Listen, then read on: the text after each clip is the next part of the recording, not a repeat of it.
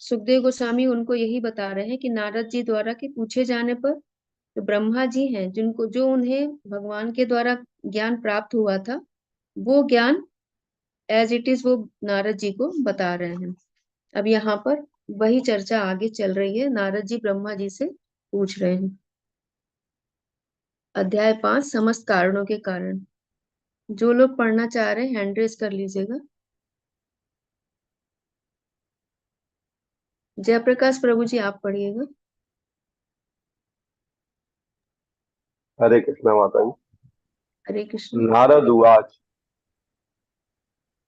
देव देव नमः ते अस्तु भूत पावन पूर्वज तत् विजानीय यत ज्ञानम आत्म तत्व निर्दर्शनम। फिर नारद मुनि ने ब्रह्मा से पूछा, हे देवताओं में प्रमुख देवता, हे प्रथम जन्मा जीव, मैं आपको सादर नमस्कार करता हूँ।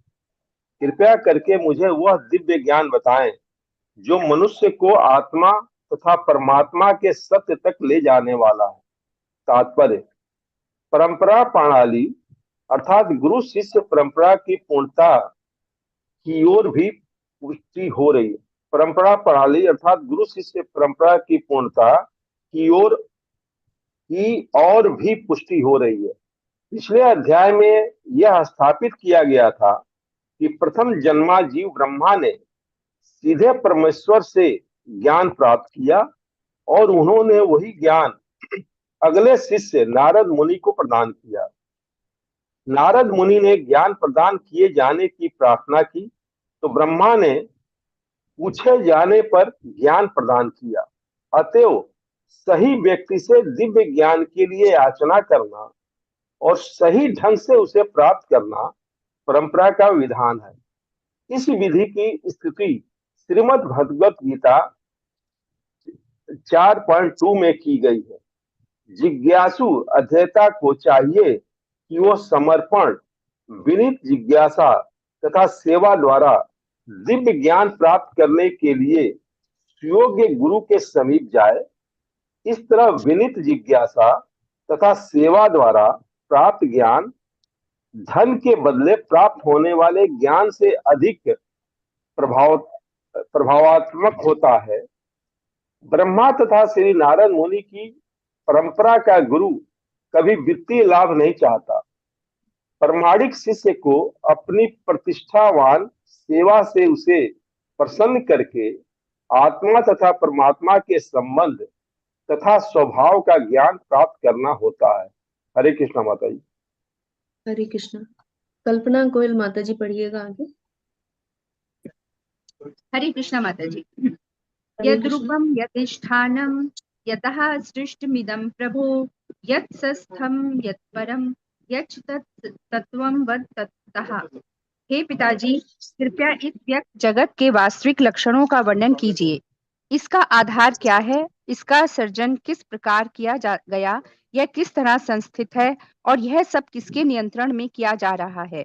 तात्पर्य, वास्तविक कार्य तथा कारण के आधार पर नारद मुनि द्वारा उठाए गए प्रश्न अत्यंत तर्क संगत प्रतीत होते हैं, किंतु नास्तिक लोग कई स्वनिर्मित सिद्धांत प्रस्तुत करते रहते हैं जिनमें कार्य कारण का लेश मात्र भी नहीं रहता। यह व्यक्त जगत तथा आत्मा अभी भी इन ईश विहीन नास्तिकों द्वारा प्रयोगात्मक ज्ञान के आधार पर अविवेचित है।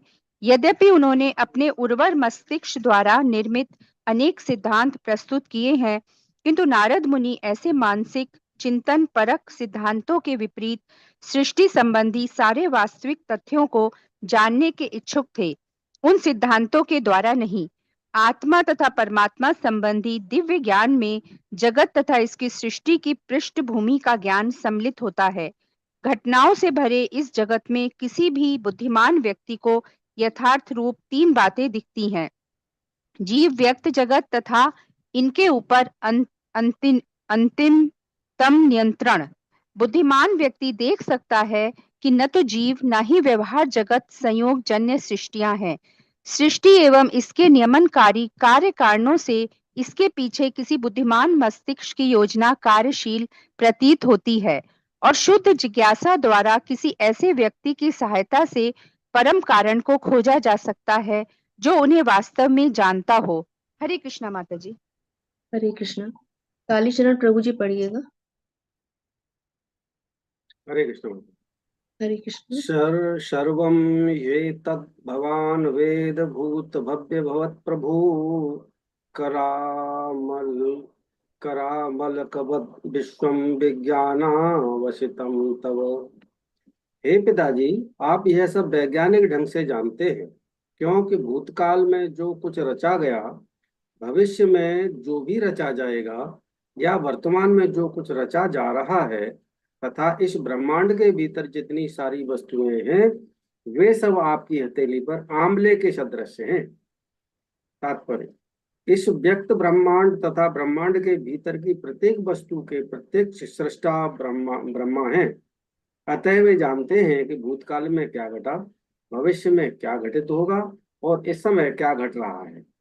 तीन मुख्य वस्तुएं, जीव, सदृश जगत तथा नियंता, ये सतत कार्यशील हैं, चाहे भूत हो, वर्तमान या भविष्य, और प्रत्यक्ष व्यवस्थापक इन सारे कार्य कारणों को जानता रहता है। जिस प्रकार के हथेली पर रखे हुए आंवले के विषय में सब कुछ ज्ञात रहता है, किसी वस्तु विशेष का असली निर्माता जानता है कि उसने निर्माण कला किस तरह सीखी है, कहाँ से उसे आवश्यक सामग्री मिली, किस प्रकार से उसे जोड़ा गया, और किस प्रकार से निर्माण क्रिया के फलस्वरूप वस्तुएं बन रही हैं। चूंकि ब्रह्मा प्रथम जन्मा जीव हैं, अतएव उनसे अपेक्षा है कि वे सृष्टि के सारे कार्यों के विषय में जाने। हरे कृष्ण। हरे कृष्ण। तो अब यहाँ पे जहाँ पे एंड हुआ था हमारा पिछला अध्याय, वहां से अब शुरू हो रही है, ये आगे कथा बढ़ रही है। नारद मुनि ब्रह्मा जी से प्रश्न कर रहे हैं कि हे देवताओं के प्रमुख देवता, यानी कि ब्रह्मा जी ने सृष्टि की रचना की है, तो जितने भी देवी देवता हैं उन सबके भी निर्माता ब्रह्मा जी ही हैं। तो प्रथम जन्मा जीव ब्रह्मा जी हैं, उनको वो सादर नमस्कार कर रहे हैं और उनसे प्रश्न कर रहे हैं। तो यहाँ पर हमको भी वो शिक्षा दे रहे हैं कि अगर हम किसी गुरु के पास जा रहे हैं, तो सबसे पहले उनकी हमको थोड़ा सा उनकी विनम्रता पूर्वक प्रणाम तो करना ही है, साथ ही साथ उनके विषय में उनको थोड़ा सा तारीफ भी करनी है, उनके बारे में बोलना भी है। तो वो दिव्य ज्ञान तब हम उनसे पूछे, तो वो हमको ये शिक्षा दे रहे हैं नारद जी यहाँ पर। कृपा करके वह दिव्य ज्ञान बताएं जो मनुष्य को आत्मा तथा परमात्मा के सत्य तक ले जाने वाला है। तो यहाँ पर पहले श्लोक में आत्मा और परमात्मा के बारे में नारद जी प्रश्न कर रहे हैं। यहाँ पर प्रभुपाद जी तात्पर्य में गुरु शिष्य परंपरा के लिए फिर से यहाँ पर दे रहे हैं कि अगर जब हम लोगों ने भगवत गीता पढ़ी, उसमें भी प्रभुपाद जी ने बहुत बार इस चीज को हाईलाइट किया है कि गुरु शिष्य परंपरा के द्वारा ही हमें ज्ञान प्राप्त करना चाहिए। और यहाँ पर भी उसकी हमको भागवतम में भी पुष्टि हो रही है इसकी। तो प्रथम जन्मा जो जीव है वो उन्होंने भगवान से ही डायरेक्टली ज्ञान प्राप्त किया था, और अब वो यही ज्ञान नारद जी को प्रदान करने जा रहे हैं। और नारद जी ज्ञान को प्रदान करने के लिए उनसे प्रार्थना कर रहे हैं। तो ब्रह्मा जी से जब वो पूछ रहे हैं, तब वो ज्ञान प्रदान कर रहे हैं, यानी कि हमें भी गुरु के पास जाना है तो जिज्ञासाएं करनी है। जिज्ञासाएं भी हमारी विनम्र भाव से होनी है, चैलेंजिंग भाव में नहीं होनी है। अतएव सही व्यक्ति से दिव्य ज्ञान की याचना करना और सही ढंग से उसे प्राप्त करना परंपरा का विधान है। तो दिव्य ज्ञान के लिए भगवत गीता में भी बताया गया था, एवं परंपरा प्राप्तम। तो ये दिव्य ज्ञान जो है परंपरा के द्वारा ही हमको प्राप्त करना है। परंपरा के द्वारा जो हम ज्ञान प्राप्त करते हैं वो हमारे हृदय में आत्मसात होता है। तो उसके आगे जो श्लोक लिया गया है वो भी चौथे अध्याय का है, 34वां श्लोक है। तद विधि प्रणिपातेन परिप्रश्नेन सेव्या उपदेक्षन्ति ते ज्ञान ज्ञानिनः तत्वदर्शिनः। तो जो जिज्ञासु व्यक्ति है, जिसको ये जानने की इच्छा है कि इस सृष्टि की रचना कैसे हुई या अन्य जो कारण है उन सबको जानने की इच्छा है, तो सबसे पहले उसे प्रणिपातीन करना है, यानी कि समर्पण का भाव लाना है, गुरु के प्रति श्रद्धा का भाव लाना है। उसके बाद विनम्र होकर के उनकी सेवा भी करनी है, तब उनसे जिज्ञासा करनी है। तो उनसे फिर हमें प्रश्न करना है। तो जो स्वरूप सिद्ध व्यक्ति जिन्होंने ज्ञान प्राप्त किया हुआ है, गुरु परंपरा से ज्ञान लिया हुआ है, वही हमको ये ज्ञान वास्तविक रूप में समझा पाते हैं। तो जो भी ज्ञान देने के बदले धन ले रहे हैं, तो वो लोग ये डायरेक्टली ये ज्ञान हमको आत्मसात नहीं करा पाते। उनसे जो हम ज्ञान ले रहे हैं तो वो बहुत ज्यादा प्रभाव डालने वाला नहीं होता है। तो जो यहाँ पर ब्रह्मा तथा नारद की परंपरा का भी जो भी विवरण दिया जा रहा है, तो उन लोगों को भी कोई ऐसी लालसा नहीं थी। नारद जी ने प्रश्न पूछा तो ब्रह्मा जी उन्हें दे रहे हैं, और सुखदेव गोस्वामी जी से परीक्षित महाराज प्रश्न कर रहे हैं तो वो उनका आंसर दे रहे हैं। वहां पे कोई पैसे का लेन देन नहीं है, उन लोगों को कोई ऐसी लालसा नहीं है। सिर्फ अपने शिष्य को, चूंकि वो विनम्र भाव से, श्रद्धा भाव से वो प्रश्न कर रहा है, तो वो उनको उनका उत्तर दे रहे हैं। तो इस तरह से हमें ज्ञान प्राप्त करना है। दूसरे में प्रश्न कर रहे हैं कि ये जो पूरा जगत है, ब्रह्मांड है, इसके वास्तविक लक्षणों का क्या है, उसके बारे में पूछ रहे हैं।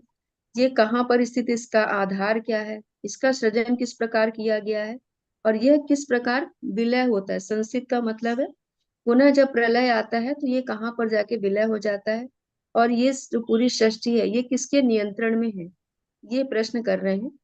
इसमें एक प्रश्न नहीं है, तो आचार्य बताते हैं, जो लेक्चर सुना था उसमें था कि किन तत्वों के द्वारा ये बना हुआ है, इसके बारे में भी प्रश्न कर रहे हैं। तो प्रभुपाद जी तात्पर्य में लिख रहे हैं कि जब नारद जी प्रश्न कर रहे हैं कार्य तथा कारण के बारे में, तो वो उनके तर्क संगत प्रश्न है। क्योंकि नास्तिक लोग जो होते हैं वो स्वनिर्मित सिद्धांत प्रस्तुत करते हैं, उनकी अपना दार्शनिक चिंतन रहता है। वो ध्यान साधना के द्वारा या विश्लेषणात्मक अध्ययन के द्वारा वो इन चीजों को समझना चाहते हैं, और वो यहीं से सृष्टि उत्पन्न हुई है, यहीं विलय हो जाती है, ऐसे सिद्धांतों को लेकर आगे बढ़ते हैं। तो उनके जो विवरण होते हैं उसमें ना तो परमात्मा का कहीं जिक्र होता है, ना ही इस तरह व्यक्त जगत या आत्मा के बारे में विवरण होता है। इस तरह से प्रभुपाद जी इनकी भर्त्सना कर रहे हैं कि जो इस विहीन नास्तिक है, तो वो लोग प्रयोगात्मक ज्ञान के आधार पर अविवेचित है। वो लोग नहीं समझ पाते कि भगवान कौन है, और भगवान इस सृष्टि का कार्य किस तरह से संचालित कर रहे हैं। तो सृष्टि संबंधी जो भी वास्तविक तथ्यों को जानने के इच्छुक हैं, तो उनको परंपरा के द्वारा ही ज्ञान लेना है। जो ये दार्शनिक सिद्धांत वगैरह हैं, इनके द्वारा हमें ज्ञान प्राप्त नहीं करना है। तो आत्मा परमात्मा संबंधी जो भी ज्ञान है, यहाँ पर हमको तीन चीजें दृश्य जगत में हमें नजर आती हैं। जीव है, भौतिक जगत है, और उसके ऊपर जो नियंत्रण करने वाले हैं, यानी कि भगवान है। तो वो भगवान के बारे में ये विवरण आता है। तो जो बुद्धिमान व्यक्ति है, जो वास्तव में जानने का इच्छुक रहता है, तो वो इन चीजों को समझ पाता है कि ना तो जीव ना तो व्यवहार, जगत ये संयोग से हो रहा है, इसके पीछे कोई ना कोई शक्ति है जो कार्य कर रही है। तो वो इन चीजों को समझ पाता है कि ये सृष्टि की रचना स्वतः निर्मित नहीं हुई है, कि यहीं से निर्मित हुई और यहीं पे समाप्त हो जा रही है। वो समझ जाता है कि इसके पीछे कोई तो है, बुद्धिमान व्यक्ति है जो कि इसको क्रियाशील कर रहा है। तो इस तरह से जो जिज्ञासा करते हैं, तो वो उनको, जो अपने गुरु से जिज्ञासा करते हैं, तो वो परम सत्य तक इस तरह पहुंच पाते हैं। तीसरे श्लोक में बता रहे हैं, नारद जी बोल रहे हैं कि हे पिताजी, आप यह सब वैज्ञानिक ढंग से जानते हैं। यहाँ पर वो जानते हैं कि चूंकि ब्रह्मा जी ने भगवान से ही डायरेक्टली उनको ज्ञान प्राप्त हुआ है, तो वो उनसे बोल रहे हैं कि जो भी सृष्टि करता है, जो नहीं कि आपने सृष्टि की रचना की है, ज्ञान भगवान से प्रदान हुआ सृष्टि करने का, और आपने इसकी रचना की, तो जो भी रचना कर रहा है, तो वो इस रचना के बारे में पूरी तरह से अवगत होता है। तो यही नारद जी बोल रहे हैं कि जो भूतकाल में भी रचा गया, जो भविष्य में रचा जाएगा, या वर्तमान में भी जो रचा जा रहा है, इस ब्रह्मांड के भीतर जितनी भी वस्तुएं हैं, उन सब के बारे में आप सब कुछ जानते हैं। वे सब आपकी हथेली में आंवले के सदृश हैं। आंवले के सदृश यदि हम अपने हाथ में ही आंवला रख रहे हैं, तो उस आंवले के बारे में हम विवरण जानते हैं, क्योंकि हमने उसको चखा हुआ है, टेस्ट लिया हुआ है उसका। तो सब कुछ हम आंवले के बारे में जानते हैं। तो ये बता रहे हैं कि जैसा आंवले के सदृश है, कि आप सब कुछ इसके बारे में बहुत इजीली जानते हैं, क्योंकि यह ज्ञान आपको मिला हुआ है। तो इस ब्रह्मांड के, प्रभुपाद जी आगे तात्पर्य में लिख रहे हैं कि ब्रह्मांड और ब्रह्मांड के भीतर की जितनी भी सृष्टि है, वो सब कुछ ब्रह्मा जी के द्वारा रची गई है। इसलिए वो सब कुछ जानते हैं कि भूतकाल वर्तमान में क्या कुछ घटित हो रहा है। तो मेन जो वस्तुएं हैं यहाँ पर, दृश्य जगत है, जीव है, और इसको नियंत्रण करने वाले हैं। तो ये चीजें जो सतत क्रियाशील है, ऐसा नहीं है कि कोई भी चीज यहाँ पर, यानी कि आत्मा है, जो जीव है वो निरंतर क्रियाशील रहता है, भौतिक जगत भी क्रियाशील है, और भगवान जो नियंत्रित कर रहे हैं वो भी अपने लीलाओं में सदैव व्यस्त रहते हैं। तो ये सब चीजें सतत क्रियाशील रहती हैं, चाहे भूत हो, वर्तमान हो, चाहे भविष्य हो। तो ये सब चीजें हमेशा क्रियाशील रहते हैं। और जो इन चीजों को बना रहा है, जो व्यवस्थापक है इसका, वो इन सारे कारणों को जानता रहता है, सभी चीजों के बारे में समझता है वो। उसको ये पता रहती है कि जो भी, जैसे कि एक बिल्डिंग का कोई निर्माता है जो इंजीनियर है, उसको ये पता रहता है कि बिल्डिंग में कहाँ कौन सी चीज है, वो कैसे निर्मित होती है, जो वहां पर जो कारीगर भी है, जो भी है वहां पर मजदूर वगैरह, उन सबको डायरेक्शन भी दे रहा है, तो वो कैसे कौन सी चीज बननी है उसके बारे में उसको पूरी जानकारी रहती है। उसी तरह से ब्रह्मा जी भी हैं यहाँ पर कि वो जो निर्माण उन्होंने किया है, तो निर्माण निर्माण कला उन्होंने कहाँ से सीखी ये भी उनको पता है। आवश्यक सामग्री कहाँ से मिली, ये सब किस तरह से उसे जोड़ा जाएगा, और क्या चीज बन रही है, वस्तुएं क्या चीज निर्मित हो रही है, उन चीजों के बारे में सभी कुछ ब्रह्मा जी ही जान रहे हैं। तो चूंकि ब्रह्मा जी प्रथम जन्मा जीव है, अतएव उनसे अपेक्षा की जाती है कि वे सृष्टि के सारे कार्यों के विषय में जाने, क्योंकि भगवान से ही उनको ज्ञान प्राप्त हुआ है, तो वो सारी चीजों के विषय में जान रहे हैं। तो यहाँ पे नारद जी उनसे अब प्रार्थना कर रहे हैं। हरे कृष्णा, कोई और ऐड करना चाहेगा?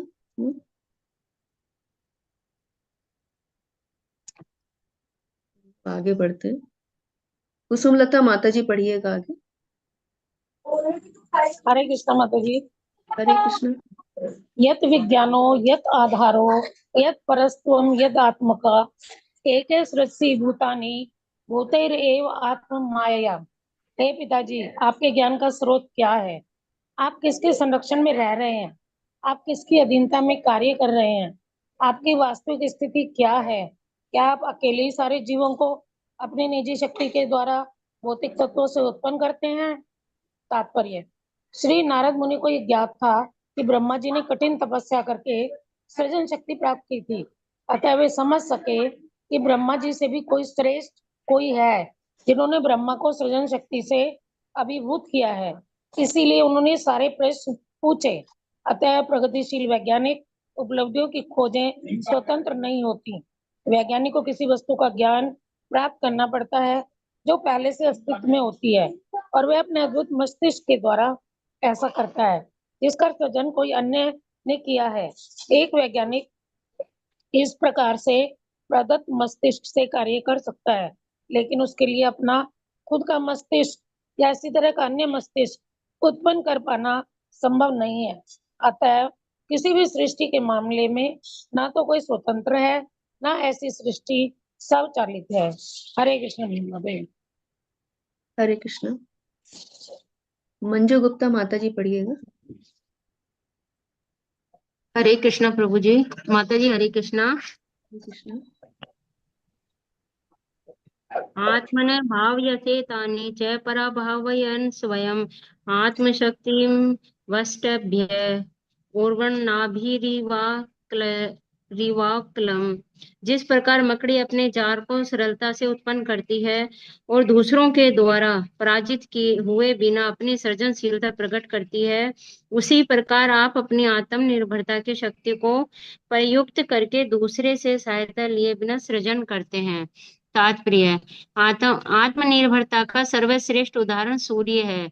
सूर्य को प्रकाशित होने के लिए किसी दूसरे स्रोत की आवश्यकता नहीं पड़ती, प्रत्युत सूर्य ही समस्त प्रकाशमान वस्तुओं का सहायक बनता है, क्योंकि सूर्य के होने पर अन्य कोई प्रकाशमान वस्तु महत्वपूर्ण नहीं होती। श्री नारद मुनि ने ब्रह्मा की स्थिति की तुलना उस मकड़ी की आत्मनिर्भरता से की है, जो अन्य किसी से सहायता लिए बिना अपनी लार से शक्तिशाली सृजन से अपना जाल बना लेती है। हरे कृष्णा माता जी। हरे कृष्ण। रामानंदिनी माता जी पढ़िएगा आगे। हरे कृष्ण माता जी, दंड प्रणाम। दंडवत प्रणाम माता। वेद परम नाहम वेद परम ही अस्मिन् न परम न संविभो नाम रूप गुणे भार्यम सत सत किंचित किंचित बेअंत। हम किसी विशेष प्रभु, श्रेष्ठ, निकृष्ट या समतुल्य, नित्य या क्षणिक, अनेक इनके नामों, लक्षणों तथा गुणों से जो भी समझ पाते हैं वे आपके अतिरिक्त अन्य किसी स्रोत से सृजित नहीं होती, क्योंकि आप इतने महान हैं। प्राप्त है श्री कृष्ण प्रभुपाद जी की जय। प्रभुपाद जी द्वारा यह व्यक्त जगत 84 लाख योनियों में उत्पन्न विविध प्रकार के जीवों से परिपूर्ण है। इनमें से कुछ श्रेष्ठ है तो कुछ निकृष्ट। मानव समाज में मनुष्य श्रेष्ठ प्राणी माना जाता है और मनुष्यों में भी विभिन्न किस्में होती हैं, यथा उत्तम, निकृष्ट, समान इत्यादि। लेकिन नारद मुनि ने यह मान लिया कि उनमें से किसी का भी उत्पन्न होने का स्रोत उनके पिता ब्रह्मा जी के सिवा अन्य कोई नहीं है। अतः वे ब्रह्मा जी से उनके विषय में सब कुछ जान लेना चाहते थे। हरे कृष्णा। और हरे कृष्ण। हरे कृष्ण। हरे कृष्णा। यहाँ पे चौथे श्लोक में अब नारद जी उनसे प्रश्न कर रहे हैं कि हे पिताजी, आपके ज्ञान का स्रोत क्या है? आप किसके संरक्षण में रह रहे हैं? आप किसी की अधीनता में कार्य कर रहे हैं? क्योंकि ब्रह्मा जी ये जानते थे कि सॉरी नारद जी ये चीज जानते थे कि ब्रह्मा जी ने कठिन तपस्या करके ये सृजन की शक्ति प्राप्त की है। तो उनको ये पता था कि सोर्स कहीं और है, जिन्होंने ब्रह्मा जी को ये शक्ति प्रदान की है जिससे कि वो सृजन शक्ति कर सके। तो वो यही प्रश्न कर रहे हैं कि किसकी अधीनता में आप कार्य कर रहे हैं? आपकी वास्तविक स्थिति क्या है? क्या आप अकेले ही सारे जीवों को अपनी निजी शक्ति के द्वारा भौतिक तत्वों से उत्पन्न करते हैं? ये सारे प्रश्न कर रहे हैं। तो प्रभुपाद जी आगे आगे तात्पर्य में प्रगतिशील वैज्ञानिक की उपलब्धियों के बारे में बोल रहे हैं कि उनकी भी उपलब्धियां जो होती वो स्वतंत्र नहीं होती। जो वैज्ञानिक है वो किसी वस्तु का ज्ञान प्राप्त करना पड़ता है। जैसे कि हम न्यूटन के लॉ को भी देखें कि वो ग्रेविटेशनल फोर्स के बारे में उन्होंने बताया था, लेकिन ऐसा नहीं था कि ग्रेविटेशनल फोर्स को उन्होंने इजाद किया था। वो चीज घटित हो रही थी, सिर्फ इन्होंने उसको एक नाम दिया था। ये मतलब सोर्स तो हो गया भगवान, भगवान की शक्तियां हैं। ये पूरी जगह जो भी घटित हो रहा है वो सारी शक्तियां भगवान की है, यानी कि सोर्स तो भगवान है। सिर्फ उसको एक उन्होंने न्यूटन ने एक नाम दिया था। तो ये सब पहले से ही अस्तित्व में रहती हैं, सिर्फ वो अपने मस्तिष्क के द्वारा यानी कि उनके जो ज्ञान चक्षु हैं उनके द्वारा वो इन चीजों को समझ पाते हैं कि हाँ कौन सी चीजें कैसे घटित हो रही है। उसको ये नाम दे दिया उन्होंने, और उनका भी ज्ञान ऐसा पूर्ण नहीं है कि वो किसी चीज को इजाद कर पाए। तो बाद में प्रभुपाद जी तात्पर्य में लिख रहे हैं कि एक वैज्ञानिक इस प्रकार से प्रदत्त मस्तिष्क से कार्य कर सकता है, लेकिन उसके लिए अपना खुद का मस्तिष्क या इसी तरह का अन्य मस्तिष्क उत्पन्न कर पाना संभव नहीं है। तो जो भी शक्ति उसको मिल भी रही है तो वो ऐसी सृजन शक्ति वो किसी और के लिए नहीं बना सकता है कि जो उसका मस्तिष्क है उसी तरह की शक्ति वो कहीं और भी बना पाए। तो उनकी भी शक्तियां सीमित है, सिर्फ वो उतना ही जान सकते हैं जो चीजें घटित हो रही हैं। सृष्टि के मामले में ना तो कोई स्वतंत्र है, ना ऐसी सृष्टि स्वचालित है। तो सृष्टि कोई भी बना तो नहीं सकता है और ना ही ये अपने आप चालित हो रही, कोई ना कोई तो है जो इसको संचालित कर रहा है। तो ये सब हम लोगों को परंपरा के द्वारा ज्ञान प्राप्त होता है, शास्त्रों से ज्ञान प्राप्त होता है। फिर आगे मकड़ी के जाल का यहाँ पे उदाहरण दे रहे हैं कि मकड़ी जिस प्रकार से अपना जाला बनाती है, यानी कि अपने ही नाभि से अपने ही लार से वो बनाती है। तो उसी को बता रहे हैं कि सृजन की शक्ति जैसे मकड़ी के अंदर है वैसी ही सृजन की शक्ति आपके भी अंदर है, कि आप अपने आत्मनिर्भर शक्ति को प्रयुक्त करके दूसरे की सहायता लिए बिना किस प्रकार सृजन कर रहे हैं इसको वो जानना चाह रहे हैं। प्रभुपाद जी तात्पर्य में सूर्य का उदाहरण ले रहे हैं कि सूर्य को प्रकाशित होने के लिए किसी और सोर्स की आवश्यकता नहीं है, वो स्वतः स्वयं प्रकाशित है। जहां पर सूर्य की किरणें जा रही हैं वो वहां को भी प्रकाशित कर देती हैं। यानी कि सूर्य की रोशनी आ गई तो हमको पता लग जाता है कि सूर्य है वहां पर। तो सूर्य के होने पर अन्य कोई प्रकाशमान वस्तु महत्वपूर्ण नहीं होती। अगर हमारे घर पे भी सूर्य की रोशनी आ रही है तो हम लोगों को बिजली की आवश्यकता नहीं होती। तो सूर्य तो स्वयं में प्रकाशित है। तो नारद जी ने ब्रह्मा की स्थिति की तुलना मकड़ी के आत्मनिर्भरता से की है कि जैसे वो अपनी लार से वो जाला बना लेती है, तो क्या आपने भी इस तरह से सृजन की शक्ति आपके अंदर ही निहित है जिससे आपने पूरी सृष्टि का कार्य किया है। फिर आगे इसमें जो भौतिक सृष्टि है उसकी विविधता के बारे में प्रश्न कर रहे हैं कि अलग अलग नाम है, लक्षण है, गुणों से जो भी कुछ भी वो समझ पा रहे हैं। तो आपके अतिरिक्त अन्य किसी स्रोत से ये सृजित नहीं होती क्योंकि आप इतने महान हैं। उनकी प्रेयर भी कर रहे हैं और उनको बता भी रहे हैं कि उनकी विविधता के बारे में वो जानना चाह रहे हैं कि यहाँ पर कोई बहुत श्रेष्ठ है, कोई बहुत निकृष्ट है, समतुल्य भी है, कोई नित्य है, कोई क्षणिक है। तो इस तरह से जो जीवों की सृष्टि है उनके बारे में वो पूछ रहे हैं। कोई बहुत मतलब बहुत उच्च अवस्था में है, कोई बहुत निम्न अवस्था में है, तो ये जो विविधता उनको दिख रही है कि वो कैसे होती है, इन चीजों के बारे में वो जानना चाह रहे हैं। प्रभुपाद जी तात्पर्य में लिख रहे हैं कि यह व्यक्तिगत जगत 84 लाख योनियों में उत्पन्न विविध प्रकार के जीवों से परिपूर्ण है। तो जो सृष्टि की रचना की थी, तो ये 84 लाख जो योनियां हैं वो प्रकट होती हैं। इनमें से तो कुछ श्रेष्ठ होती हैं और कुछ निकृष्ट होती हैं। और जो ये जितनी भी 84 लाख योनियां हैं, इन सब में सबसे ज्यादा श्रेष्ठ माना गया है मनुष्य को। तो मनुष्यों में भी बहुत भिन्न किस्में होती हैं, लगभग शायद 4 लाख मनुष्य की किस्में होती हैं। इनमें सभी अलग अलग तरह के, कोई उत्तम है, कोई निकृष्ट है, तो कोई समान है, मतलब इक्वल लेवल पे भी रहते हैं। तो ये नारद मुनि इस तरह से समझ रहे हैं कि क्या ये जो भी उत्पन्न कर रहे हैं, तो उनके स्रोत ब्रह्मा जी के सिवा अन्य कोई नहीं है। क्या ब्रह्मा जी ही नहीं यही सब चीजों की रचना की है? तो ये सब चीजों के विषय में वो जानना चाह रहे हैं। हरे कृष्णा, कोई और ऐड करना चाहे तो कर सकते हैं। हरे कृष्णा माता जी, 4 लाख मनुष्य की योनिया ना? जी माता जी। हरे कृष्ण। पूजा सिंह माता जी पढ़िएगा, और लोग जो पढ़ना चाह रहे हैं हैंड रेस कर लीजिएगा, नहीं तो फिर इन्हीं को रिपीट करेंगे। हरे कृष्ण माता जी। हरे कृष्ण। ता भवान चरद्घोरं यत् तपासु समाहिता तेन खेद्यशा नस्त्वं परा शंकं चायच्छसि। फिर भी जब हम आपके द्वारा पूर्ण अनुशासन में रहते हुए संपन्न कठिन तपस्याओं के विषय में सोचते हैं, तो हमें आपसे भी अधिक शक्तिशाली किसी व्यक्ति के अस्तित्व के विषय में आश्चर्यचकित रह जाना होता है, यदि आप सृष्टि के मामले में इतने शक्तिशाली हैं। तात्पर्य: श्री नारद मुनि के चरण चिन्हों का अनुसरण करते हुए मनुष्य को चाहिए कि वे अंधे की तरह गुरु को साक्षात ईश्वर न मान ले। गुरु का सम्मान ईश्वर के समान ही किया जाता है, लेकिन जो गुरु अपने को साक्षात ईश्वर कहे, उसे तुरंत त्याग देना चाहिए।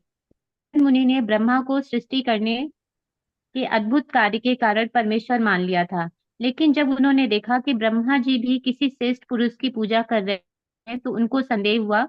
परमेश्वर तो श्रेष्ठतम ही है, उनका कोई आराध्य नहीं है।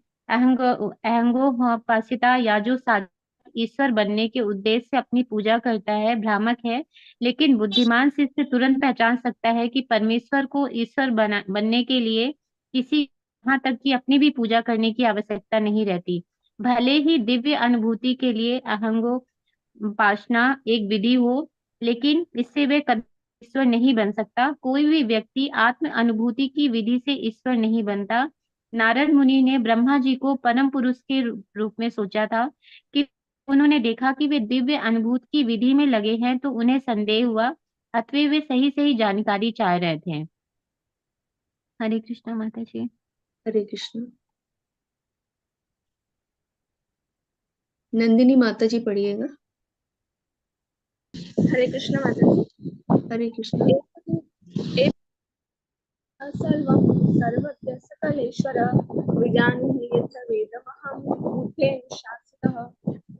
हे पिताजी, आप सब कुछ जानने वाले हैं और आप सबके नियंता है। अतएव मैंने आपसे जितने सारे प्रश्न किए हैं, उन्हें कृपा करके बताइए, जिससे मैं आपके शिष्य के रूप में उन्हें समझ सकूं। तात्पर्य: श्री नारद मुनि द्वारा पूछे गए सारे प्रश्न सबके लिए अत्यंत महत्वपूर्ण है। अतएव उन्होंने ब्रह्मा से प्रार्थना की कि वे उन्हें उपयुक्त समझे, जिससे ब्रह्म संप्रदाय की परंपरा के अन्य सभी लोग बिना कठिनाई के उन्हें समझ सके। पढ़ लो माता जी। हाँ, आगे पढ़ लीजिए एक श्लोक और। ब्रह्मोवाच सम्यक् कारुणिकसंदेह वत्सते विचिकित्सितं यदहं चोदितः सौम्य भगवद्गीतादर्शने। ब्रह्मा ने कहा, हे मेरे वत्स, तुमने मुझ सहित सब पर करुणा करके ही ये सारे प्रश्न पूछे हैं, क्योंकि इनसे मैं श्री भगवान के पराक्रम को बारीकी से देखने के लिए प्रेरित हुआ। तात्पर्य: श्री नारद मुनि द्वारा प्रश्न पूछे जाने पर ब्रह्मा ने उनको बधाई दी, क्योंकि जब भी भक्तों से श्री भगवान के विषय में प्रश्न पूछे जाते हैं, तब वे अत्यंत प्रफुल्लित हो उठते हैं। यहाँ श्री भगवान के शुद्ध भक्त का लक्षण है। श्री भगवान के दिव्य कार्यकलापों से संबंधित ऐसी वार्ताओं से यह वायुमंडल शुद्ध हो जाता है, जिसमें ये वार्ताएं होती हैं, और ऐसे प्रश्नों का उत्तर देते समय भक्तगण जीवंत हो उठते हैं। यह प्रश्न कर्ता तथा उत्तरदाता दोनों को सिद्ध करने वाला है। शुद्ध भक्त केवल श्री भगवान के विषय में प्रत्येक वस्तु जानकर तुष्ट नहीं होते हैं, अपितु वे इस जानकारी को दूसरों तक प्रसारित करने के लिए भी उत्सुक रहते हैं, क्योंकि वे यह देखना चाहते हैं कि श्री भगवान का यश प्रत्येक व्यक्ति को ज्ञात हो। अतएव जब उन्हें ऐसा अवसर प्रदान किया जाता है तब वे अत्यंत प्रसन्नता। धर्मोपदेश के कार्य का यही मूल सिद्धांत है। हरे कृष्ण माता जी। यहाँ पे 7वें श्लोक में अब यहाँ पर नारद जी बोल रहे हैं कि फिर भी जब हम आपके द्वारा पूर्ण अनुशासन में रहते हुए संपन्न की गई कठिन तपस्याओं के विषय में सोचते हैं, तो हम आपसे भी अधिक शक्तिशाली किसी व्यक्ति के अस्तित्व के विषय में आश्चर्यचकित रह जाते हैं, यद्यपि आप सृष्टि के मामले में इतने शक्तिशाली हैं। अब वो ये सोच रहे हैं कि हमारे ब्रह्मा जी ही इतने शक्तिशाली कि उन्होंने इतनी सृष्टि की, तो आपने भी तपस्या की है, तो आपने किसकी तपस्या की? वो अब ये मन में सोच रहे हैं कि किसी की तो तपस्या इन्होंने की है जो कि इनसे भी शक्तिशाली है। उनके विषय में सोच करके भी ये आश्चर्यचकित हो जा रहे हैं। फिर आगे प्रभुपाद जी तात्पर्य में लिख रहे हैं कि नारद मुनि के चरण चिन्हों का अनुसरण करते हुए मनुष्य को चाहिए कि वह अंधे की तरह गुरु को साक्षात ईश्वर न मान ले। तो यहाँ पर बहुत अच्छी शिक्षा दे रहे हैं कि जो भी गुरुजन ऐसा कह रहे हैं कि वो स्वयं ही भगवान है, तो प्रभुपाद जी आगे लिख रहे हैं कि उनको हमें तुरंत त्याग देना चाहिए, यानी कि गुरु का हमें सम्मान भगवान के बराबर करना है, लेकिन वो सृष्टिकर्ता नहीं है, इस बात को भी हमें समझना है। तो यहाँ पर नारद जी भी यही चीज बता रहे हैं कि आपने तपस्या करके ये शक्ति अर्जित की है, लेकिन आपने तपस्या की यानी कि आपसे भी कोई शक्तिशाली है जिसकी आपने तपस्या की है, तो उनके बारे में ये सोचकर आश्चर्य कर रहे हैं वो। तो उनको भी ये ज्ञात हो रहा है कि हाँ, इनसे ऊपर भी कोई है जिसके बारे में वो अभी नहीं जान पा रहे हैं। फिर आगे प्रभुपाद जी लिख रहे हैं कि नारद मुनि ने ब्रह्मा को सृष्टि करने के अद्भुत कार्य के कारण सर्वोपरि मान लिया था, लेकिन जब उन्होंने देखा कि ब्रह्मा जी भी किसी श्रेष्ठ पुरुष की पूजा कर रहे हैं तो उन्हें संदेह हुआ। तो पहले तो नारद मुनि जी ही ब्रह्मा को सृष्टि करने का अद्भुत कारण मान रहे थे, तो उन्होंने ही सृष्टि की सृजन किया है, लेकिन फिर उन्होंने देखा कि तपस्या भी इन्होंने की थी, बहुत कठिन तपस्या करके इन्होंने ये शक्तियां अर्जित की थी। तो यहाँ पर उनको कुछ संदेह हो रहा है कि ब्रह्मा जी भी किसी श्रेष्ठ की ही पूजा कर रहे हैं, उनसे ऊपर भी कोई है जिसकी पूजा वो कर रहे हैं। यहाँ पे पासिता का वर्ड आया है, ये जो साक्षात ईश्वर बनने के उद्देश्य से अपनी पूजा करता है ये भ्रामक है, लेकिन बुद्धिमान से तुरंत पहचान सकता है कि परमेश्वर के ईश्वर बनने के लिए किसी की यहाँ तक कि अपनी पूजा करने की भी आवश्यकता नहीं रहती। तो भगवान तो परम भगवान ही है, ऐसा नहीं है कि उनको भगवान बनने के लिए किसी अन्य चीजों की आवश्यकता या कोई उनकी पूजा करे या उनके बारे में कुछ करे, सेवा करे, इस तरह से किसी भी चीज की उनको आवश्यकता नहीं है। वो परिपूर्ण है, वो सारे ऐश्वर्यों से परिपूर्ण रहते हैं, तो भगवान भगवान ही है, उनको अन्य किसी चीज की आवश्यकता नहीं है। तो जो भी हम लोग आज के युग में, कलयुग में भी हम लोग देखते हैं कि बहुत से लोग ऐसे अपने आप को ईश्वर घोषित कर देते हैं, और उनके अनुयायी भी जो हैं वो उनके बारे में बहुत बढ़ा चढ़ा करके लोगों को भ्रमित करते रहते हैं कि हाँ ये भगवान है, ये सारी चीजों को ठीक कर देंगे। तो बहुत से थोड़ी थोड़ी सिद्धियां वो लोग प्राप्त करते हैं और उसके द्वारा लोगों को भ्रमित करते हैं। फिर आगे प्रभुपाद जी लिख रहे हैं, भले ही दिव्य अनुभूति के लिए अहंग्रोपासना एक विधि हो, लेकिन इसमें वह कभी ईश्वर नहीं बन सकता। कोई भी व्यक्ति आत्म अनुभूति की विधि से ईश्वर नहीं बनता। नारद मुनि ने ब्रह्मा जी को सर्वोपरि पुरुष के रूप में सोचा था, किंतु जब उन्होंने देखा कि वे दिव्य अनुभूति की विधि में लगे हैं तो उन्हें संदेह हुआ, अतः वे सही सही जानकारी चाह रहे थे। क्योंकि ब्रह्मा जी भी तपस्या कर रहे हैं, पूजा कर रहे हैं, सेवा कर रहे हैं, तो वो जानना चाह रहे थे कि वो किसकी पूजा सेवा वो कर रहे हैं। आगे वो पूछ रहे हैं कि हे पिताजी, आप सब कुछ जानने वाले हैं और आप सबों के नियंता हैं, अतः मैंने आपसे जितने सारे प्रश्न किए हैं उन्हें कृपा करके बताइए, जिससे मैं आपके शिष्य के रूप में उन्हें समझ सकूं। यहाँ पर अब वो शिष्य के रूप में अपने आप को समर्पित कर रहे हैं कि आप सब कुछ जानने वाले हैं, आप सबों के नियंता हैं, आप ही ने सृष्टि की रचना की है, तो जितने से मैंने प्रश्न किए हैं अब कृपा करके आप मुझे बताइए कि मैं आपके शिष्य रूप में उन्हें समझ सकूं। तो यहाँ से हमको ये भी समझना है, जैसे प्रभुपाद जी ने आगे तात्पर्य में लिखा है कि ब्रह्म संप्रदाय की परंपरा के अन्य लोग सभी बिना कठिनाई के इसे समझ सके। तो ब्रह्म संप्रदाय जो है, संप्रदाय है जो यहीं से स्टार्ट ही हुआ है। तो हम लोग भी ब्रह्म संप्रदाय में ही आते हैं, जो इस्कॉन का है तो ब्रह्म गौड़ी संप्रदाय है। तो इसी संप्रदाय में चैतन्य महाप्रभु ही आए थे, जिससे कि उनको गौरांग बोला जाता है। तो वही गौड़ी से जो संप्रदाय है, इन्हीं से ही आगे बढ़ा हुआ है। फिर 9वें श्लोक में है कि ब्रह्मा जी अब यहाँ पर बताना शुरू कर रहे हैं कि हे मेरे बस नारद, तुमने सबों पर करुणा करके ही ये सारे प्रश्न पूछे हैं, क्योंकि इनसे मैं भगवान के पराक्रम को बारीकी से देखने के लिए प्रेरित हुआ हूँ। तो जब कोई वक्ता किसी को बताना चाह रहा है, किसी श्रोता को बताने जा रहा है, तो वो इन चीजों की भी बारीकियों को और समझने की कोशिश करता है कि और अच्छे से मैं समझ पाऊं, तभी मैं और आगे लोगों को बता सकूं, जिससे कि वो सब भी आत्मसात कर पाए। जैसे सुखदेव गोस्वामी जी भी प्रार्थना कर रहे थे, कि सुखदेव गोस्वामी जी प्रार्थना कर रहे थे कि भगवान से कि वो उन्होंने जैसा ज्ञान व्यासदेव जी से प्राप्त किया है, एज इट इज वो परीक्षित महाराज को बता पाए, या अन्य जो श्रोतागण है उनको बता पाए। और श्रोतागण के लिए भी वो प्रार्थना कर रहे थे कि आप उनको ऐसी शक्ति प्रदान कीजिए जो कि इन ज्ञान को जो मैं बताने जा रहा हूँ उसको वो आत्मसात कर पाए। तो इस तरह से जो गुरु परंपरा से जो ज्ञान दे रहे हैं, तो उसके लिए भी जो अ, गुरुजन हैं, तो वो लोग भी प्रार्थना करते हैं भगवान से कि वो भी एज इट इज इस ज्ञान को आगे दे पाए, जैसा उन्होंने अपने गुरु से ग्रहण किया है। तो नारद जी द्वारा प्रभुपाद जी जो तात्पर्य में लिख रहे हैं कि नारद जी द्वारा प्रश्न पूछे जाने पर ब्रह्मा जी ने उनको बधाई दी, क्योंकि जब भी भक्तों से भगवान के विषय में प्रश्न पूछे जाते हैं तो वो अत्यंत प्रफुल्लित होते हैं। तो ऐसा क्यों होता है? क्योंकि ये सबों के कल्याण के लिए रहता है। तो जो आगे प्रभुपाद जी यहाँ पे लिख रहे हैं कि भगवान के दिव्य कार्यकलापों से संबंधित ऐसी वार्ताओं से वायुमंडल शुद्ध हो जाता है। जहां पर भगवान की वार्ता होती है तो सारी पॉजिटिविटी वहां पर आकर एकत्रित हो जाती है, यानी कि देवता गण भी वहां आकर कथा को सुनना चाहते हैं। तो ऐसे प्रश्नों का उत्तर देते समय भक्तगण जीवन छोड़ते हैं। तो जो भगवान की लीलाएं हैं, कार्यकलाप है, उनकी सृष्टि के बारे में ही जो प्रश्न है, उनके बारे में जो भी सुनता है, वो भक्तगण जीवन छोड़ते हैं, यानी कि उनका हृदय प्रफुल्लित होता है, क्योंकि हम लोग स्वतः भगवान के ही अंश हैं। तो भगवान को जब हम भगवान के बारे में जब हम सुनते हैं, तो हमारी आत्मा को जैसे पूरे पोषण मिल जाता है, वो पूरी तरह से प्रफुल्लित हो उठती है। यह प्रश्नकर्ता तथा उत्तरदाता दोनों को ही शुद्ध करने वाला है। जो प्रश्न कर रहा है या जो उत्तर प्राप्त कर रहा है, वो दोनों को ही शुद्ध करती है। शुद्ध भक्त केवल भगवान के विषय में प्रत्येक वस्तु जानकर तुष्ट नहीं होते, अपितु वे इस जानकारी को अन्यों तक प्रसारित करने के लिए उत्सुक रहते हैं। जो शुद्ध भक्त होते हैं भगवान के, तो वो लोग भगवान के विषय में जानकारी जैसे ही उनको मिलती है, तो उनके अंदर से ही ये स्फुरणा आती है।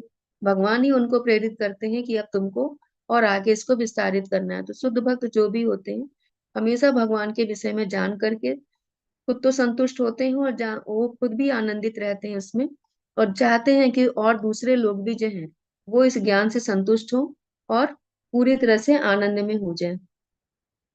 अपितु वे इस जानकारी को अन्यों तक प्रसारित करने के लिए उत्सुक रहते हैं, क्योंकि वे देखना चाहते हैं कि भगवान का यश प्रत्येक व्यक्ति को ज्ञात हो। अतएव जब उन्हें ऐसा अवसर प्रदान किया जाता है तो वे अत्यंत प्रसन्नता का अनुभव करते हैं। धर्मोपदेश कार्यों का यही मूल सिद्धांत है। तो जो भी ज्ञान आचार्य तो हम लोगों को यहाँ तक बोलते हैं कि जितना भी ज्ञान आपने लिया है उसको आप किसी को भी बताइए, चाहे आपके बच्चे हों या आपके परिवार के अन्य सदस्य हों, फ्रेंड्स हों, कोई भी हो आपको मिल रहा है, तो जो भी ज्ञान आपने लिया है, थोड़ा ही ज्ञान आपने लिया है, किसी अन्य को बताओ। क्या आपके फ्रेंड सर्किल में भी हैं तो वो भी थोड़ा सा स्पिरिचुअल हैं, तो उनसे ही हम लोग वार्तालाप कर सकते हैं कि आज हमने ये सुना, आज हमने ये सुना। इस तरह से जो ज्ञान है वो भी विस्तारित होता है। और धर्म के कार्य का ये मूल सिद्धांत है कि हमको आगे इसको बढ़ावा देना है। जितना ज्यादा हम फैलाएंगे उतना ज्यादा भगवान का गुणगान होगा और ऐश्वर्य को लोग समझ पाएंगे। हरे कृष्णा। कोई और इसमें ऐड करना चाह रहा है? ऐड कर सकते हैं।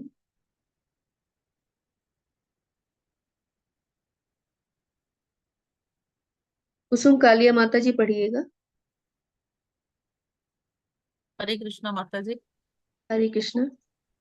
नानृतं तव तच्च आपि यथा मां वरिषि भो अविज्ञाय परम मत एतव तत्वम यतो हि मे। तुमने मेरे विषय में जो कुछ कहा है वह असत्य नहीं है, क्योंकि अब तक कोई उन भगवान श्री कृष्ण भगवान के विषय में अवगत नहीं हो लेता जो मुझसे परे परम सत्य रूप है। तब तक ये मेरे सशक्त कार्यकलापों से निश्चित रूप से मोहित होता रहेगा। तात्पर्य।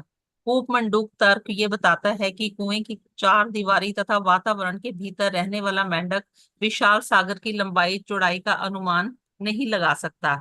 ऐसे मेंढक को यदि विशाल सागर की लंबाई चौड़ाई बताई जाए तो पहले तो वह विश्वास ही नहीं करेगा कि ऐसा समुद्र हो सकता है, और यदि कोई उसे आश्वस्त कर भी दे कि ऐसा समुद्र सचमुच होता है तो वह मेंढक अपने पेट को फुलाकर कल्पना से उसे मापने का प्रयास करता है, जिससे उसका छोटा सा पेट फट जाता है और वह बेचारा वास्तविक समुद्र का अनुभव किए बिना ही मर जाता है। इस प्रकार भौतिक विज्ञानी भी श्री भगवान की अचिंत्य शक्ति को अपने मेंढक सरीखे मस्तिष्क से तथा अपने वैज्ञानिक उपलब्धियों के द्वारा मापकर चुनौती देना चाहते हैं, किंतु अंत में वे विफल होकर मेंढक की मौत मरते हैं। कभी कभी भौतिक दृष्टि से शक्तिशाली व्यक्ति को ईश्वर के वास्तविक ज्ञान के अभाव में ईश्वर या ईश्वर का अवतार मान लिया जाता है। ऐसे भौतिक मूल्यांकन को धीरे धीरे बढ़ाकर ब्रह्मा की सर्वोत्तम सीमा तक पहुंचा जा सकता है, जो इसे ब्रह्मांड के सर्वोच्च जीव हैं और जिनकी आयु भौतिक वैज्ञानिकों के लिए अकल्पनीय है। जैसा कि हमें श्रीमद् भागवत गीता नामक सर्वाधिक प्रमाणिक ग्रंथ 8.17 में विदित होता है कि ब्रह्मा का एक दिन और रात मिलकर हमारे ग्रह के लाखों वर्षों के तुल्य होते हैं। इस दीर्घ आयु पर कूपमंडूक भले ही विश्वास ना करे, किंतु जिन जिन व्यक्तियों को श्रीमद् भागवत गीता में वर्णित सत्यों की अनुभूति है, वो ऐसे महापुरुष के अस्तित्व को स्वीकार करते हैं जो पूर्ण ब्रह्मांड की विविधता का सृजन करता है। शास्त्रों से ये भी प्रकट होता है कि इस ब्रह्मांड के ब्रह्मा इस ब्रह्मांड से परे अनेक अन्य अन्य ब्रह्मांडों के ब्रह्माओं की अपेक्षाकृत छोटे हैं, लेकिन इनमें से कोई भी श्री भगवान के समकक्ष नहीं है। श्री हरे नारद कृष्ण मुनि। माता जी। हरे कृष्ण। अनुपम चंपकलता माता जी पढ़िएगा।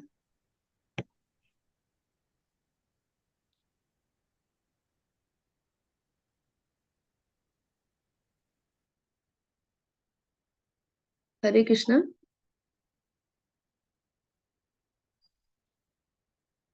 अनुपम चंपकलता माता जी हैं आप? रुक्मिणी माता जी आप पढ़िएगा।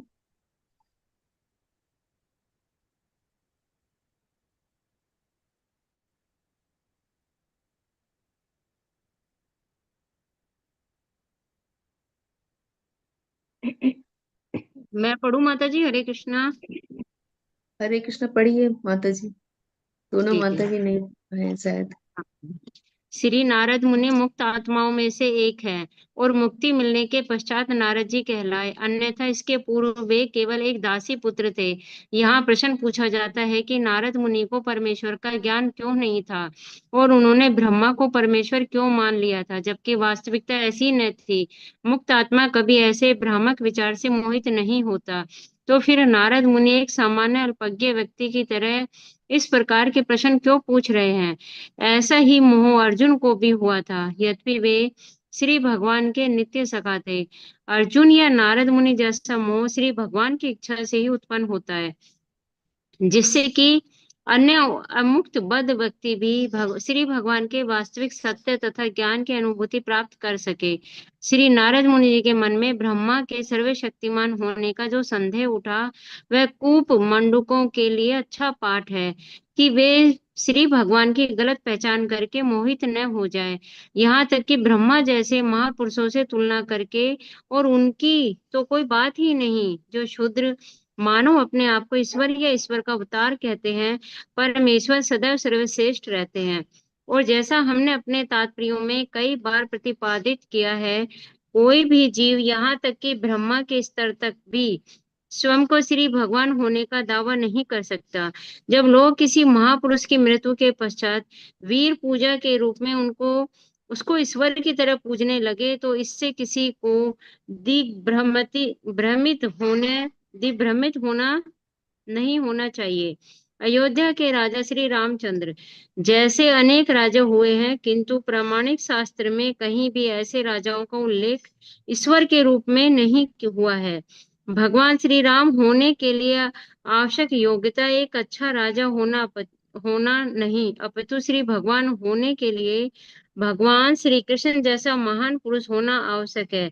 यदि हम कुरुक्षेत्र के युद्ध में भाग लेने वाले पात्रों के बारे में अध्ययन करें तो हम देखेंगे कि महाराज युधिष्ठिर भगवान श्री रामचंद्र जी के कम पवित्र राजा न थे, और पात्रों के अध्ययन के दृष्टिकोण से महाराज युधिष्ठिर श्री कृष्ण से अच्छे नैतिकतावादी थे।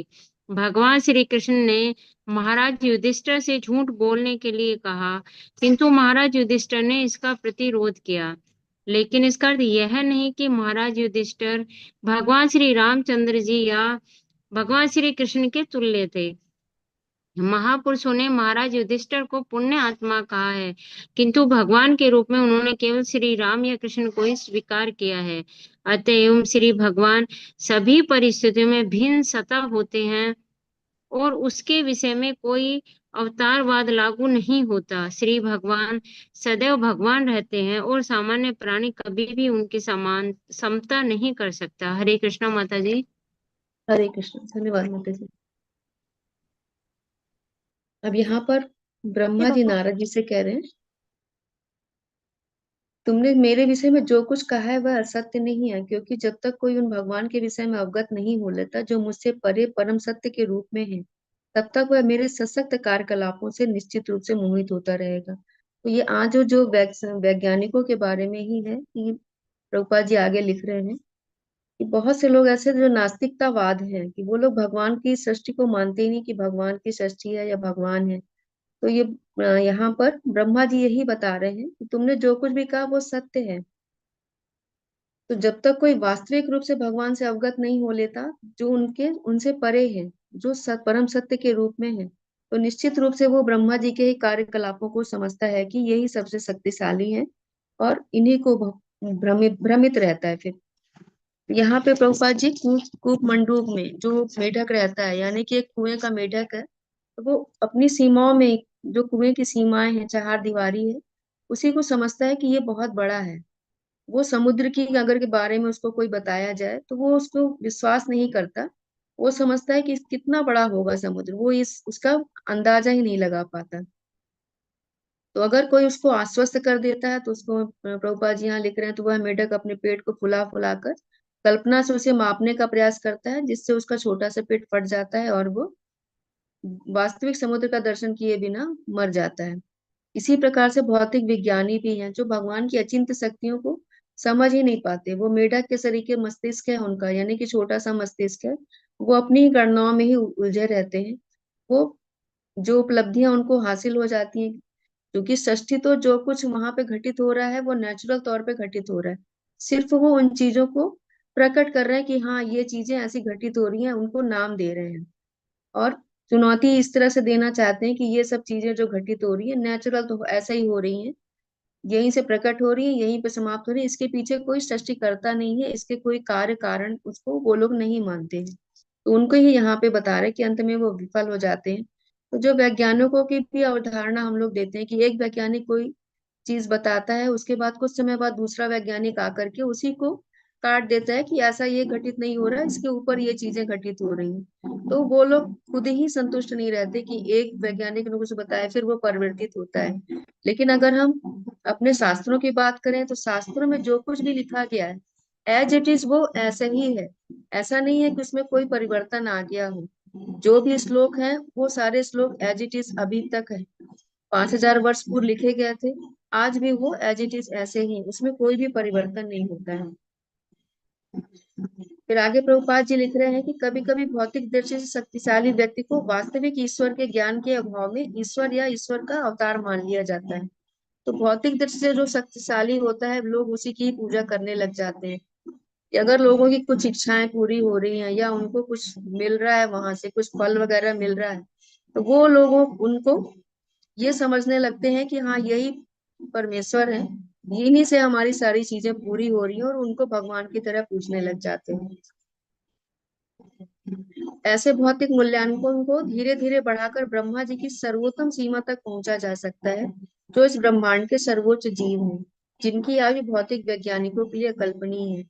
अगर हम लोग अपने ही आप को देखते हैं कि हम अपने पिताजी को देखें, पिताजी के पिताजी, तो इस तरह से जब हम आगे बढ़ते हैं तो हम ब्रह्मा जी तक पहुंच सकते हैं कि हाँ, ब्रह्मा जी सृष्टि करने वाले हैं।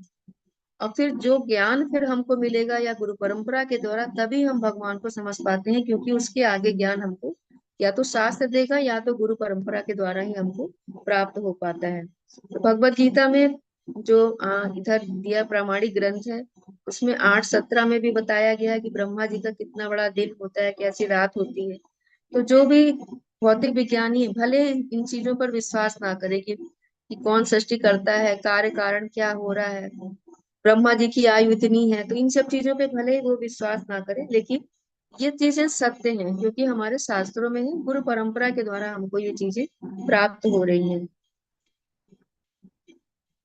फिर आगे लिख रहे हैं प्रभुपाद जी, नारद जी मुक्तात्माओं में से एक है, और मुक्ति मिलने के बाद ही वे नारद कहलाए, अन्यथा इसके पूर्व वे केवल एक दासी पुत्र थे। तो पिछले जन्म का विवरण दे रहे हैं। इस पूर्व जन्म में वो एक दासी के पुत्र थे। तो उनकी माता चातुर्मास में आए हुए साधु संतों की उन्होंने सेवा करी थी, और जो महापुरुष थे, जो संत महात्मा थे, उनका नारद जी ने उच्छिष्ट भी खाया था, जिसकी वजह से उनको अगला जन्म मिला। नारद ब्रह्मा जी के मानस पुत्र के रूप में वो प्रकट हुए थे। तो वो तो स्वतः मुक्त आत्माओं में से ही एक थे। मतलब जब, क्योंकि मानस पुत्र के रूप में वो प्रकट हुए, तो ब्रह्मा जी तो स्वयं ही बहुत भगवान के बड़े भक्त हैं और बहुत पवित्र हैं, तो नारद जी भी उन्हीं मुक्त आत्माओं से ही एक हो। अब यहाँ पे प्रभुपाद जी लिख रहे हैं कि ऐसा प्रश्न किया जा सकता है कि नारद जी को परमेश्वर का ज्ञान क्यों ना था, उन्होंने ब्रह्मा जी को परमेश्वर क्यों मान लिया, जबकि वास्तविकता ऐसी नहीं है। नारद जी भी सब कुछ जानते थे, मुक्तात्मा है, तो वो इन चीजों से मोहित नहीं हुए, ब्रह्म में नहीं थे, लेकिन लोक कल्याण के लिए वो इस तरह के प्रश्न कर रहे हैं। जैसे हम लोगों ने भगवत गीता में भी देखा था कि अर्जुन भी भगवान के पार्षद थे, लेकिन वो भगवान से प्रश्न करते जा रहे हैं जिससे कि लोगों का भी कल्याण हो। फिर आगे लिख रहे हैं प्रभुपाद जी कि नारद जी के मन में ब्रह्मा जी के सर्वशक्तिमान होने का जो संदेह उठा, वह खूब मंडूकों के लिए अच्छा पाठ है कि वे भगवान की गलत पहचान करके मोहित ना हो जाएं। यहाँ तक कि ब्रह्मा जी जैसे महापुरुष से तुलना करके, और उनकी तो कोई बात ही नहीं, जो क्षुद्र मानव अपने को ईश्वर या ईश्वर का अवतार कहते हैं। अब जब यहाँ ब्रह्मा जी के सर्वशक्तिमान है, उनके लिए भी वो संदेह कर रहे हैं, तो जो यहाँ पर के लोग हैं, जो भौतिक जगत के लोग हैं, वो अपने आप को भगवान कह रहे हैं, उनके बारे में प्रभुपा जी कह रहे हैं कि उनका अब क्या कहा जाए, क्या कह सकते हैं। सर्वशक्तिमान होकर के ब्रह्मा जी भी कह रहे हैं कि उनके ऊपर कोई है जो कि इस सृष्टि को संचालित कर रहा है। भगवान जो है वो सदैव सर्वश्रेष्ठ रहते हैं, कोई भी उनसे ना तो ऊपर है और ना ही उनके समान है। भगवान सिर्फ भगवान ही रहते हैं। कोई भी जो जीवात्माएं हैं, वो अपने आप को कभी भी भगवान नहीं मान सकती। यानी कि जो भी गुण, जैसा कि अभी पिछले अध्याय में भी हम लोगों ने पढ़ा था, कोई कितनी भी तपस्या कर ले, वो भगवान के 64 गुणों में से सिर्फ 50 गुणों को ही गेन कर पाता है, उससे ज्यादा नहीं। तो वो भगवान तो कभी बन ही नहीं सकता है। भले ही लोग ऐसे कुछ, एक बार प्रचार के दरमियान ही हमसे भी ऐसे एक लोगों का परिचय हुआ था, जिन्होंने हमसे यही कहा था कि 64 शक्तियां जो है, 64 कलाएं हमारे अंदर ही हैं, और हम लोग भी भगवान बन सकते हैं। यानी कि जो भगवत गीता वगैरह शास्त्र में जो कुछ कहा है, वो बिल्कुल भी उनको मानने को तैयार नहीं थे। वो वितरण के समय ही हम गए थे उनके पास, तो वो इस चीज को बिल्कुल भी मानने को तैयार नहीं थे कि भगवत गीता में जो कुछ लिखा गया है, तो वो मतलब शास्त्र है, या उसको शास्त्र मानने को ही वो तैयार नहीं थे। इस तरह के लोग हम लोग अपने इर्द गिर्द भी देख सकते हैं। फिर प्रामाणिक शास्त्रों का भी वर्णन दे रहे हैं। राजा राम का उदाहरण दे रहे हैं कि राम जी के जैसे अनेक राजाएं हुए थे, लेकिन सभी को हम ईश्वर नहीं कह सकते। ईश्वर होने के लिए महापुरुष जैसे कृष्ण है, उस तरह का होना आवश्यक है। और राजा युधिष्ठिर का उदाहरण दे रहे हैं कि राजा युधिष्ठिर भी बहुत नैतिकतावादी थे, वो भी बहुत अच्छे से संचालन करे तो धर्मराज कहे जाते थे, लेकिन फिर भी वो भगवान नहीं थे। भगवान होने के लिए भगवान होना आवश्यक है, कि भगवान सदैव भगवान ही रहते हैं, उनकी कभी भी वो च्युत नहीं होते, वो सदैव अच्युत ही रहते हैं। फिर आगे प्रभुपाद जी लिख रहे हैं, अतएव भगवान सभी परिस्थितियों में भिन्न सत्ता में होते हैं और उसके विषय में कोई अवतारवाद लागू नहीं होता। भगवान सदैव भगवान रहते हैं और सामान्य प्राणी कभी भी उनकी समता नहीं कर सकता। तो जो भी जीवात्माएं हैं, जैसा अभी हम लोगों ने समझा कि 50 गुणों के अलावा वो और गेन नहीं कर सकते। कितनी भी तपस्या करेंगे तो वो 50 गुण तक ही पहुंच पाते हैं, उसके ऊपर नहीं। यानी कि भगवान जो है, भगवान की जो 64 कलाएं हैं, तो सिर्फ उनके जो अवतार हैं, सिर्फ वही उनके गुणावतार चाहे पुरुषावतार युग अवतार यही हो सकते हैं। बाकी और कोई भी जीवात्मा है जो कभी भी भगवान उसकी समता नहीं कर सकती, वो भगवान कभी भी नहीं बन सकती। आज हम लोग यहाँ रुकते हैं, टाइम भी हो गया है। कोई कुछ ऐड करना चाह रहा हो, कुछ कहना चाह रहा हो तो बोल सकते हैं इसमें, नहीं तो फिर हम लोग मीटिंग एंड करेंगे। हरे कृष्णा प्रभु जी। हरे कृष्णा प्रभु जी। भगवान की 16 कलाएं बताई हैं, 64 क्या बता रहे हैं? 64 है या 16 है? 64 कलाओं से युक्त होते हैं ना। तो भगवान श्री कृष्ण का तो 16 कलाओं का पढ़ा था गीता में तुमने। हमने भी 16 कलाएं पढ़ी माता जी। 64 गुण होते हैं, सॉरी प्रभु जी, 64 गुण होते हैं और 16 कलाएं शायद ऐसी होती है। ठीक है फिर, हाँ, ठीक है 16 कलाएं माता जी। 64 गुण होते हैं उनके। जी प्रभु, ठीक है। जो गुणों के बारे में विवरण है, तो 64 गुण है उनके।